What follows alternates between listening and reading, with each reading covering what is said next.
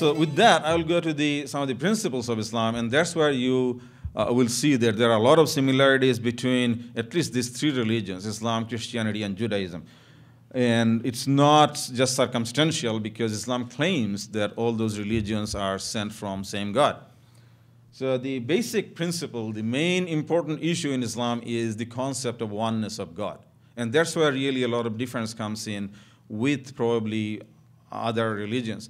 That this is a very closely held idea that God is one, everything else, everything, everybody, whatever you can see and think of is God's creation. So that's a very fundamental concept in Islam. And also with that goes oneness of humankind. What does it mean is that, same thing again, similar to biblical or description given in Torah, is that God created Adam and Eve, and all human beings came from these two persons. So fundamentally, there is no difference between people based on whatever, color, race, anything. So this oneness of humanity is a fundamental concept of belief in Islam. And also the oneness of messengers. That means that all messengers sent by God were sent with same purpose. That means to call people to God and to tell people how to lead a righteous life. And then, of course, with that, this oneness of message idea. Well, some other of the Islamic principles is that maybe will be a little bit different with some concepts. So, for example, the mainline concept of Christianity, Islamic belief is that all human beings are born innocent. Doesn't matter where they're born from, doesn't matter who their parents are, that every child is born innocent.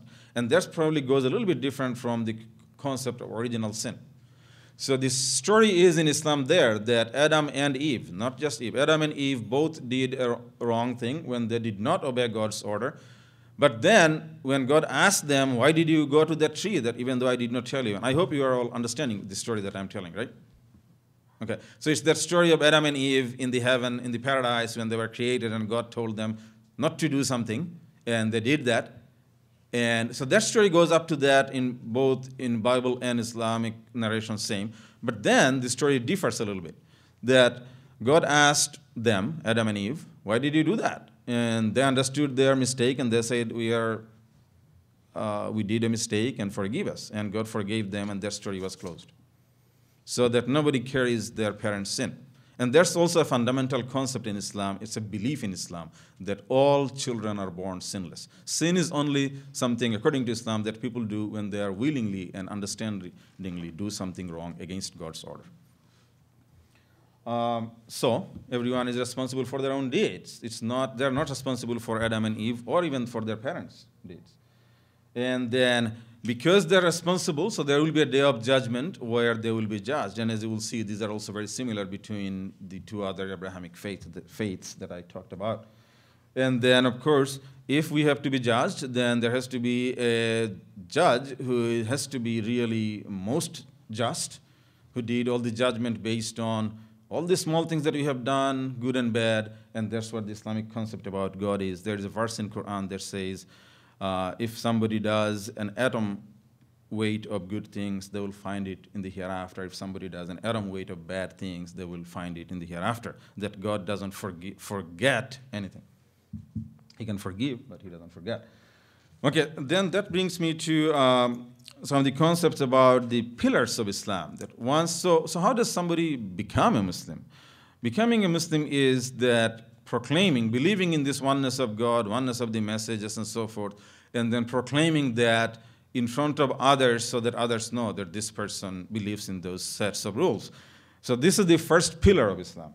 And then the second one is the obligatory daily prayers. So all Muslims are supposed to pray 5 times a day. Those 5 times are before sunrise, during the midday, in the early afternoon, and then after sunset and at night. And then obligatory fasting during the 9th lunar month of Ramadan. And then giving 2.5% of the excess wealth that one has every year to the poor people. And these are not, this zakat, this obligatory, this is not really exactly charity. Charity means something that one gives if one wants to, and zakah is an obligation. So for a Muslim to stay a Muslim, one has to give the 2.5% of their extra money after taking care of their family to the poor people every year. And then, of course, if somebody has health and money, then to go to pilgrimage at least once in their lifetime. These 5 things are called the 5 pillars of Islam.